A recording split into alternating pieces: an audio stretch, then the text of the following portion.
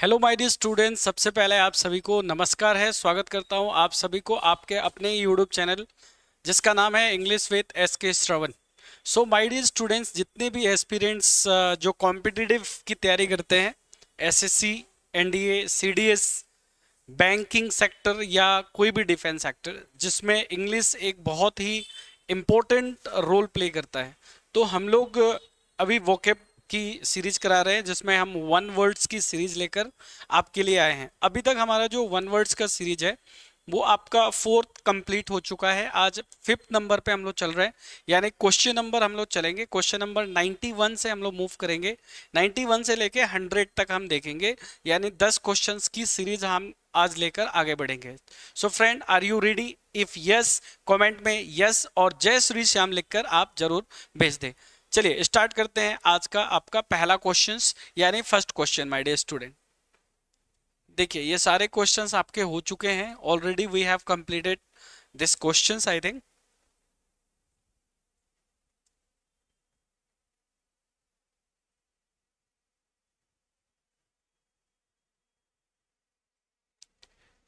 और बताइए आप सभी लोग कैसे हो? How are you all?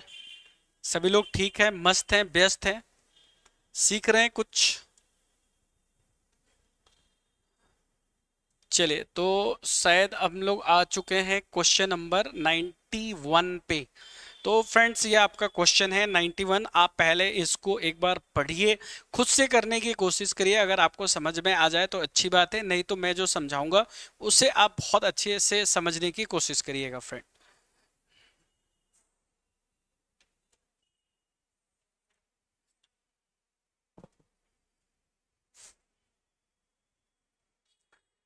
चलिए पहला सवाल देखिए क्या कह रहा है। फर्स्ट क्वेश्चन ये कह रहा है कि a wall built to prevent the sea और a river from flooding an area. एक दीवाल को बनाया जाता है, अगर आप लोगों को ध्यान हो तो इस तरह का एक दीवाल बनता है, देखिएगा। हम्म, ऐसा एक दीवाल बनता है, इस तरह का एक दीवाल बनता है, ठीक है। ये दीवाल क्या काम करता है? ये दीवाल जो पानी होता है, वाटर, उस पानी को रोकता है। जैसे यहाँ पे मान लो कोई पानी है, तो इस पानी को ऊपर मतलब उस साइड जाने नहीं देता है, क्या करता है? रोकता है। तो ये बोल रहा है कि ये जो बनाया गया है ना, इससे हम इंग्लिश में क्या कहते हैं? जो बाढ़ के पानी को रोकने का काम करता है उसे हम क्या कहते हैं? तो देखो बेटा, डैम। डैम का मतलब क्या होता है? डैम का मतलब होता है कि जहाँ पे हम पानी को स्टोर करते हैं। डैम का मतलब जहाँ पानी को स्टोर किया जाता है। अब ये लिखा है मोंड। मोंड का मतलब होता है ढेर, किसी चीज का ढेर लगा देना, उसे मोंड कहा जाता है। डाइक का मतलब क्या होता है बेटा? डाइक का मतलब बांध होता है। डाइक का मतलब बांध, यानी ये जो बांध बनाई गई है इसे इंग्लिश में हम डाइक कहेंगे। तो इसका जो राइट आंसर हो जाएगा वो हो जाएगा आपका डाइक। तो ये सी ऑप्शन आपका बिल्कुल सही है। नेक्स्ट वर्ड लिखा है एम्बैंकमेंट। सो फ्रेंड आप देख लो, लिखा हुआ है बैंक और मेंट। तो इसका हिंदी में अर्थ होता है तटबंध। हिंदी में इसका क्या अर्थ हो गया? इसका अर्थ होता है बेटा तटबंध, इसे कहते हैं। क्या मेरी बात समझ में आ गई? क्या ये क्वेश्चंस आपको क्लियर हो गया? डाइक का मतलब क्या होता है? बांध होता है, इस चीज को आप याद रखेंगे। हम लोग मूव करते हैं अपने अगले क्वेश्चंस की तरफ। चलिए नेक्स्ट क्वेश्चंस आज का देखते हैं क्या है। Question number 92। चलो फ्रेंड, आपके पास 10 सेकेंड का टाइम है। आप पहले क्वेश्चंस को पढ़िए, अगर आपको लगता है तो आप इसका जवाब दीजिए, नहीं तो मैं आपको समझाऊंगा, ध्यान से सुनिएगा।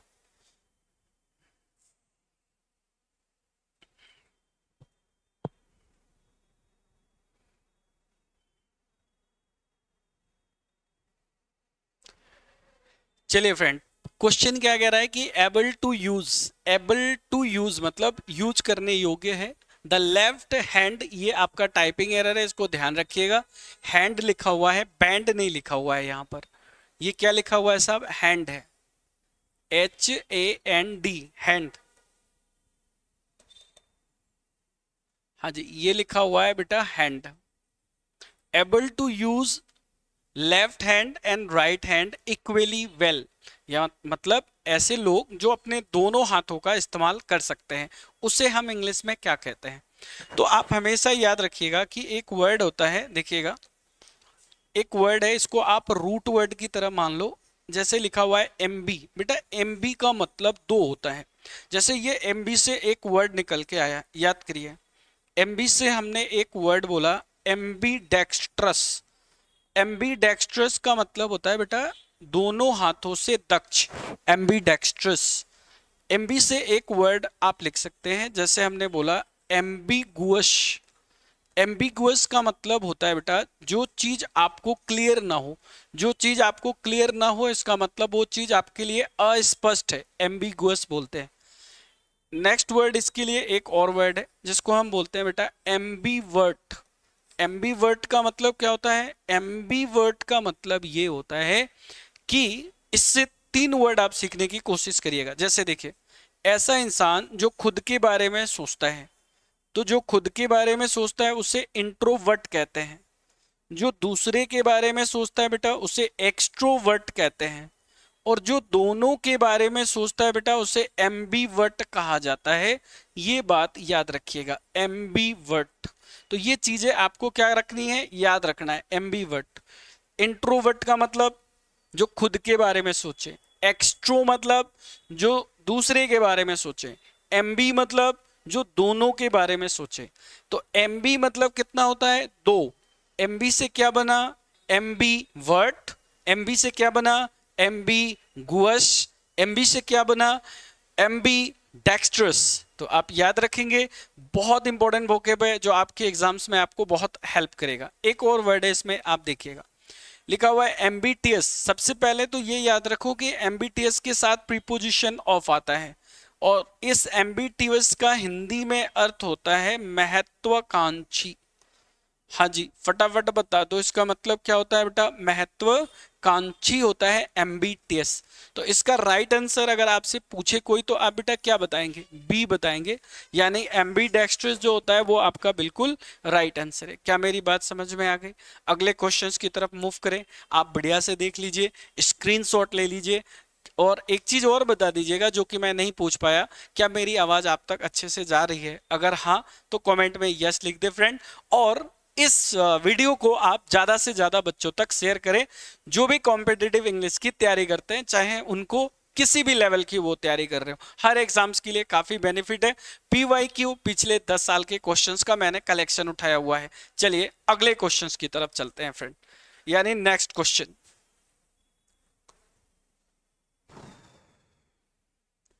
चलो भैया, आगे आपके पास सवाल आ चुका है। आपके पास 5 से 10 सेकंड का टाइम है। आप पहले क्वेश्चन पढ़े, आंसर बताएं। अगर नहीं बता पाते हैं तो मैं आपको बताऊंगा। क्वेश्चन पढ़िएगा प्लीज।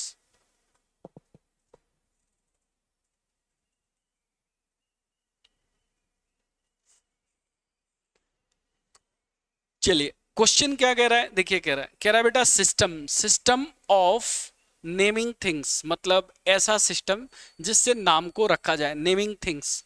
तो देखिए इसमें नाम रखने के लिए कह रहा है, तो नाम रखने के लिए नोमेनक्लेचर कहा जाता है। आपने 9th-10th में केमिस्ट्री के बुक में जरूर पढ़ा होगा नोमेनक्लेचर। नोमेनक्लेचर का मतलब होता है नाम रखना किसी चीज का। किसी भी चीज का नाम रखने के लिए, नामांकरण करने के लिए हम वर्ड्स यूज करते हैं, that is called nomenclature my dear students. But rest of the words को हम लोग चेक करते हुए चलते हैं कि इनका क्या मतलब होता है। जैसे बेटा जेनोसाइड लिखा हुआ है, याद करिए क्या लिखा हुआ है? जेनोसाइड लिखा है। देखिए अब मैं आपको एक बहुत ही प्यारा सा चीज बताता हूं।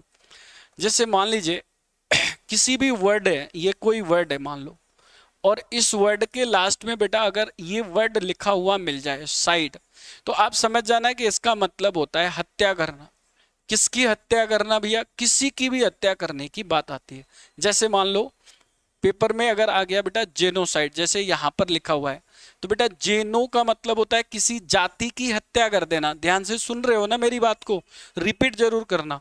जैसे बेटा मान लो लिखा मैंने पैट्रीसाइड, तो भैया पैट्रीसाइड का मतलब होता है पिता की हत्या करना। नेक्स्ट वर्ड देखो बेटा मेट्रीसाइड, मेट्रीसाइड का मतलब होता है माता की हत्या कर देना। आगे वर्ड लिखा है बेटा सोरोरीसाइड, सोरोरीसाइड, सोरोरीसाइड का मतलब होता है बेटा बहन की हत्या करना। इसके बाद वर्ड लिखा हुआ है बेटा फैट्रीसाइड, फैट्रीसाइड का मतलब होता है बेटा भाई की हत्या कर देना। एक वर्ड होता है इन्फेंटिसाइड, इन्फेंटिसाइड का मतलब होता है शिशु की हत्या कर देना जी। एक वर्ड इसमें देखिएगा, एमिसाइड। एमिसाइड का मतलब क्या होता है? एमिसाइड का मतलब होता है दोस्त की हत्या करना।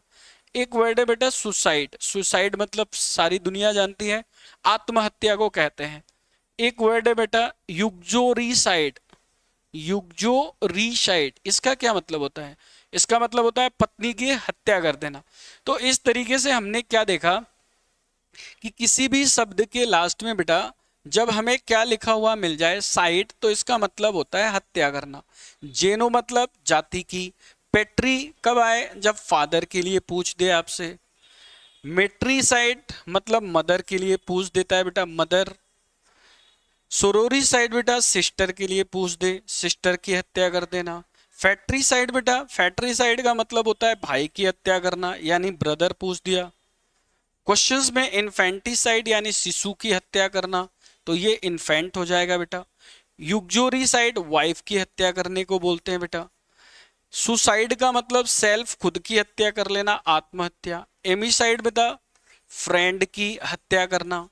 अच्छा एक और वर्ड देख लो, जैसे मान लो हमने लिखा होमिसाइड, तो होमिसाइड का मतलब होता है मानव जाति की हत्या करना। मानव जाति का मतलब क्या होता है बेटा? Human being. ह्यूमन बींग की हत्या करना, मानव जाति की हत्या कर देना, ठीक है। अच्छा एक वर्ड और देख लीजिएगा, एसासिनेशन। एसासिनेशन काफी प्यारा वर्ड है, याद रखिएगा। इसका मतलब होता है किलिंग यानी मारना। कैसे मारना बेटा? Due to political reason. Political reason इसका मतलब होता है राजनीतिक कारण से की गई हत्या। यानी राजनीतिक कारण से अगर आप किसी को मार देते हैं बेटा, तो उसे हम क्या बोलते हैं? एसासिनेशन बोलते हैं। अच्छा एक और वर्ड देख लीजिएगा, फिलीसाइड। फिलीसाइड का मतलब क्या होता है? फिलीसाइड का मतलब होता है छोटे बच्चे को मार देना, यानी शिशु की हत्या कर देना। किसकी? शिशु की हत्या करना। अच्छा सर शिशु के लिए तो आपने एक वर्ड अभी अभी पढ़ाया था, कौन सा वर्ड? इन्फेंटिसाइड। हाँ जी बिल्कुल, अगर क्वेश्चन में इन्फेंट पूछे तो इन्फेंटिसाइड लगा देना, अगर ये ऑप्शन में नहीं है तो इससे लगा देना। क्या मेरी बात आपको समझ में आ गई मेरे भाइयों? अगर आ गई तो इसका स्क्रीनशॉट ले लो, या तो इसको आप बढ़िया से पोज कर लो और इसको आप नोट डाउन कर लीजिएगा अपने नोटबुक में। काफी प्यारा सा वर्ड है। बाकी इसके ऑप्शन आप देख सकते हैं। हॉर्टिकल्चर का मतलब क्या होता है बेटा? हॉर्टिकल्चर का मतलब होता है बागवानी। बागवानी को कहते हैं। जेनोसाइड आप पता चल गया। राइट आंसर इसका क्या हो जाएगा? नोमेनक्लेचर। क्यों? क्योंकि ये पूछ रहा है नेमिंग थिंग्स, मतलब नाम रखने के लिए। नाम रखने के लिए नोमेनक्लेचर वर्ड आता है। जेनोसाइड जाति की हत्या। देखो मिनी लिखा हुआ है, मिनी का मतलब होता है बेटा बहुत छोटा। मिनिएचर का मतलब होता है तुच्छ, यानी बहुत छोटा, ठीक है। तो ये 93 नंबर क्वेश्चंस आपके एग्जाम्स के लिए काफी इंपॉर्टेंट है, इसे आप नोट डाउन कर ले। और मेरे भाई अगर तुम्हें वीडियो अच्छा लग रहा हो तो आप अपने दोस्त को, नियर बाय फ्रेंड्स से, रिलेटिव से जो पढ़ रहे हैं, पढ़ना चाहते हैं, आप उन तक हमारा वीडियो जरूर पहुंचाइए। इंग्लिश विद एसके श्रवण, इस चैनल को आप सब्सक्राइब भी कर लीजिए और अपने फ्रेंड के बीच में शेयर भी कर दीजिए फ्रेंड, ताकि मैं और भी बढ़िया बढ़िया कंटेंट आपके लिए लेकर आ पाऊं। सो हम लोग मूव करते हैं अगले क्वेश्चन की तरफ। मैं साइड हट जाता हूं, आप इसको बढ़िया से देख लीजिए। चलिए फ्रेंड्स, तो उम्मीद करता हूं आप लोगों ने देख लिया होगा। अब हम लोग आगे बढ़ते हैं, यानी अगले नंबर सवाल की तरफ। देखो भाई 94 क्वेश्चन नंबर क्या कह रहा है, फटाफट देख लो। बहुत आसान सवाल है। 94 नंबर क्वेश्चन कह रहा है कि a child born after the death of his father, है ना, ऐसा बच्चा जिसका जन्म उसके पिता के मरने के बाद होता है। देखिए जी, ऐसा बच्चा जिसका जन्म उसके पिता के मरने के बाद होता है, इसको हिंदी में कहते हैं मरणोपरांत। और मरणोपरांत का मतलब बेटा यहाँ पे हो जाएगा डी ऑप्शन आपका सही हो जाएगा। यहाँ पे कौन सा ऑप्शन बेटा? सर डी ऑप्शन सही हो जाएगा, ये वाला ऑप्शन। सर ये क्या है? पोस्ट ह्यूमस का मतलब होता है मरने के बाद। अच्छा सर वेफ का मतलब क्या होता है? अवेफ का मतलब बेटा लिख लो आवारा। आवारा होता है। सर डिप्राइव्ड का मतलब क्या होता है? डिप्राइव्ड का मतलब होता है किसी चीज से वंचित करना। वंचित करना, डिप्राइव्ड। सर ये बता दो ऑर्फान का मतलब क्या होता है? ये आप सब जानते हो। ऑर्फान उसको कहते हैं जिसके माता पिता नहीं होते हैं भैया, अनाथ को बोलते हैं ऑर्फान चाइल्ड, ठीक है, तो ये क्वेश्चन आपका क्या था, आसान था। अगले क्वेश्चंस की तरफ हम आगे बढ़ते हैं।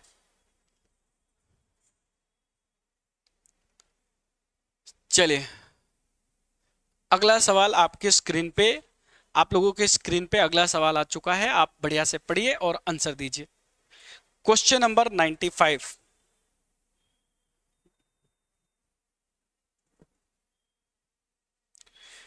देखो भैया, कह रहा है कि a person who is physically dependent on a substance, मतलब ऐसा इंसान जो किसी सब्सटेंस यानी किसी पदार्थ पदार्थ पर निर्भर रहता है भैया, उसको लत लग जाती है। तो भाई तो ये साफ साफ आंसर दिख रहा है कि सर इसका आंसर हो जाएगा एडिक्टेड। ये आपका राइट आंसर हो जाएगा बेटा। कौन सा आंसर हो जाएगा, एडिक्टेड हो जाएगा। लेकिन सर बाकी के ऑप्शन तो समझा दीजिए क्या लिखा हुआ है। ग्लेडिएटर का मतलब बेटा होता है तलवार। सर तलवार नहीं बेटा, तलवार चलाने वाला।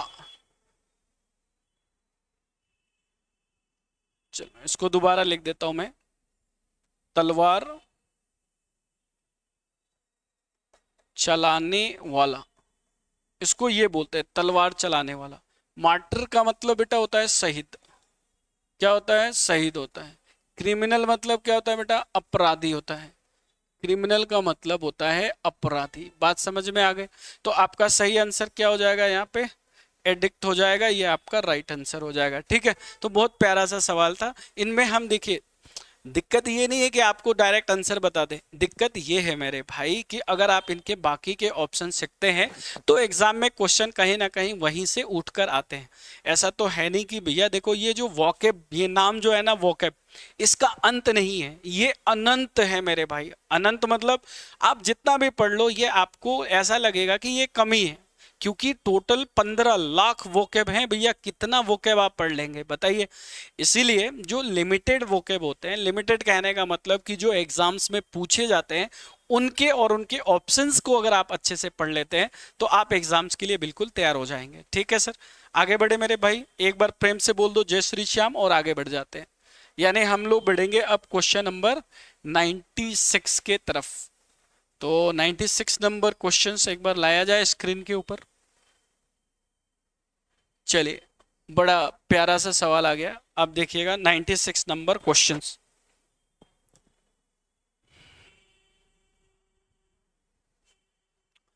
हाँ जी बताइए क्या कह रहा है। कह रहा है लीगल। सबसे पहले मुझे बताओ लीगल मतलब क्या होता है, वैध या अवैध। तो आप बोलोगे सर वैध होता है, अवैध नहीं होता है। अवैध को तो इलीगल बोलते हैं बेटा। क्या बोलते हैं, आई एल लगा दो और ये हो गया इलीगल। इलीगल का मतलब होता है अवैध। बात समझ में आ गया। कह रहा है a legal agreement by which a person borrow मतलब लेता है क्या, पैसे, फ्रॉम से, किससे, बैंक से, usually two by a house, यानी घर खरीदने के लिए जब आप पैसे कानूनी तौर पे अवैध तरीके से, वैध तरीके से, सॉरी अवैध नहीं, वैध तरीके से जब आप पैसे लेते हैं बैंक की तरफ से कि भाई हम आपको लोन सहित भर देंगे, आप हमें पैसा दे दीजिए जिससे हम अपने घर को खरीद पाए, तो उससे क्या कहा जाता है ये पूछ रहा है। ठीक है, ये क्वेश्चन। देखो भाई डॉक्यूमेंट तो नहीं बोला जा सकता है। अच्छा, लीज के बारे में अपन सोच सकते हैं, इनवॉइस नहीं बोला जा सकता है। या तो बी होगा, नहीं तो सी आपका राइट आंसर होगा। अब अगर प्यारे मेरे बच्चों, मेरे साथियों, क्वेश्चंस को अगर प्रेम से बैठ के अगर तुम करते हो ना, प्रैक्टिस प्रैक्टिस की बात कर रहा हूं, तो फिर आप एग्जाम्स में बहुत अच्छा करेंगे। अब मेन दिक्कत क्या है कि बच्चे पढ़ते ही नहीं है और आप पढ़ना चाहते भी नहीं है यार। कभी मान लो आप मेरे वीडियो पे आए, सपोज मेरी वीडियो चल रही है, आपने 1 सेकंड के लिए, 2 सेकंड के लिए या 5 मिनट के लिए देखा, तुरंत क्या क्या, अरे चलो ये वीडियो हटाओ दूसरा वीडियो पे देखो। भाई मेरे, आप जिसके भी वीडियो देखते हैं, जिसको भी फॉलो करते हैं, मैं ऐसा नहीं कह रहा हूं कि आप मुझे ही फॉलो करें, आप जिस जो भी आपको लग रहा है कि अच्छा है तो उनके कंप्लीट वीडियो को देखने की कोशिश करें जिससे आपको कुछ मिले, और उनके नोट्स बनाने की कोशिश करें। बहुत अच्छा होगा फ्रेंड्स। यूट्यूब एक ऐसा जरिया है जिसके थ्रू आप नहीं चाहते हुए भी बहुत कुछ पढ़ सकते हैं। लेकिन जो बिगिनर बच्चे होते हैं, जो स्टार्टिंग करते हैं, मेरा मानना जहां तक है, जहां तक मेरा एक्सपीरियंस कहता है कि आपको एक बार ऑफलाइन बैच जरूर लेना चाहिए। ऑफलाइन बैच लेने से क्या होता है, एक तो आपकी रेगुलरिटी बनी रहती है, दूसरी आपकी पंक्चुअलिटी बनी रहती है भाई। तो रेगुलरिटी और पंक्चुअलिटी बनाने के लिए हमारे बैच में जब भी नया टॉपिक स्टार्ट होता है, हर बुधवार को हमारा नया टॉपिक स्टार्ट होता है, आप हमारे बैच को ज्वाइन कर सकते हैं। सुबह के समय चल रहा है 8 से 9, जिसमें हमारा 10th टॉपिक स्टार्ट हुआ है। आप आ सकते हैं फ्रेंड, कहीं भी हो, जयपुर के आप किसी भी कोने में हैं, या फिर आप गांव से हैं, अलवर, दौसा, भरतपुर, कहीं से भी आप आइए, मोस्ट वेलकम है। Thank you. आगे बढ़ते हैं। तो इसका राइट आंसर क्या हो जाएगा? मॉर्टगेज हो जाएगा, ये राइट आंसर होगा। अगला क्वेश्चन देखिएगा, नेक्स्ट क्वेश्चन, यानी क्वेश्चन नंबर 27, 97 कह रहा है कि ऐसा इंसान जो a person who loves Mankind, ऐसा इंसान जो मानव को प्रेम करता है। बड़ा आसान सवाल है और बहुत सिंपल सा सवाल है। देखिए फ्रेंड, सबसे पहले वर्ड्स याद रखो, लव्स। बेटा जब भी लव्स वर्ड आता है ना, तो एक बात तो हमेशा ध्यान रखना कि वर्ड्स, लव वर्ड आएगा तो इसके लिए की वर्ड है। की वर्ड क्या है बेटा? फिल। फिल माने होता है प्यार, धीरे धीरे प्यार हो जाएगा। तो भैया धीरे धीरे प्यार हो जाएगा यानी फिल, फिल माने प्यार यानी लव। तो भैया ये जो फिल वर्ड है ना, अब आपको देखना है किससे प्यार करता है? मेनकाइंड से। तो आंसर क्या बेटा बनाएंगे? फिलैंथ्रोपिस्ट। अगर ये नफरत के लिए पूछता तो बेटा मिशनथ्रोपिस्ट बोलते, इसको मिशन थ्रोपिस्ट बोला जाता है, याद रखिए। मर्सिनरी का मतलब क्या होता है? ऐसा इंसान जो पैसे लेकर काम करता है, यानी पैसे का लोभी इंसान, यानी किराए पर काम करने वाले लोग को मर्सिनरी कहा जाता है। पैसे ले लिया, अब पैसे लेके चाहे वो कुछ भी करे, कर सकता है, उसके लिए इंपॉर्टेंस पैसा है, उसको मर्सिनरी कहते हैं। ये चीज ध्यान रखेंगे। देखो, और बाकी आप देख लो, इसमें ये काफी अच्छा वर्ड है और ये एग्जाम्स में बहुत बार पूछे गए हैं। ठीक है। एंथ्रोपोलॉजिस्ट, देखिए एक वर्ड आपको याद होगा, एक वर्ड होता है एंथोलॉजी। बेटा एंथोलॉजी, एंथोलॉजी का मतलब क्या होता है भाई? एंथोलॉजी का मतलब होता है collection of poems. Collection of poems का मतलब होता है कविताओं का संग्रह करना। किसका संग्रह करना बेटा? कविताओं का संग्रह करना। और एक वर्ड होता है बेटा एंथ्रोपोलॉजिस्ट। इसका मतलब क्या होता है? इसका मतलब होता है स्टडी, यानी अध्ययन करना। किसका अध्ययन करना? मेन काइंड का। Main kind, study of main kind, इसका अध्ययन करना। ठीक, मानव का अध्ययन करना एंथ्रोपोलॉजिस्ट कहलाता है। कविताओं का संग्रह करना एंथोलॉजी कहा रहा है। तो इसको आपको याद रखना पड़ेगा। आपका राइट आंसर क्या हो जाएगा बेटा? फिलैंथ्रोपिस्ट हो जाएगा। चलिए अगले क्वेश्चंस की तरफ हम लोग चलते हैं, यानी क्वेश्चन नंबर 98। बड़ा प्यारा सा सवाल है और आसान सवाल है। क्या कह रहा है? सुनिएगा। Animals date can live on land and in water. तो एक चीज इसमें मैं और आपको सिखाना चाहता हूं।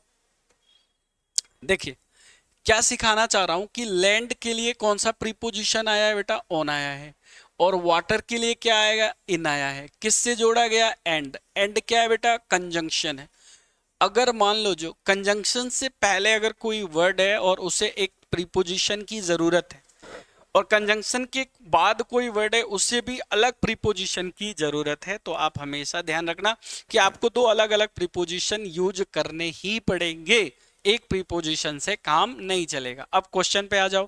कह रहा है ऐसा जानवर जो पानी में और जमीन पर रहता है। तो भाई कितने की बात कर रहा है? दो। तो जब भी दो की बात करेगा तो हमने एक अभी कीवर्ड पढ़ा था एमबी। एमबी का मतलब दो होता है। ठीक है। उसी तरह से एक वर्ड है एम्फी, एम्फीबियन। एम्फीबियन का मतलब होता है बेटा उभयचर। तो राइट आंसर इसका ये हो जाएगा एम्फीबियन।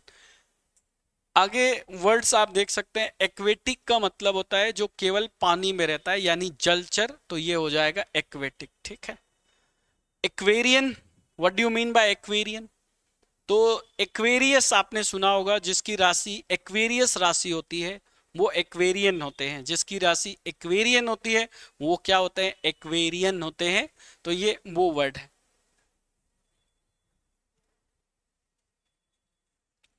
चलिए क्वेश्चन नंबर 99 पे आ गए। कह रहा है an agreement between two countries और ग्रुप्स टू स्टॉप वॉर।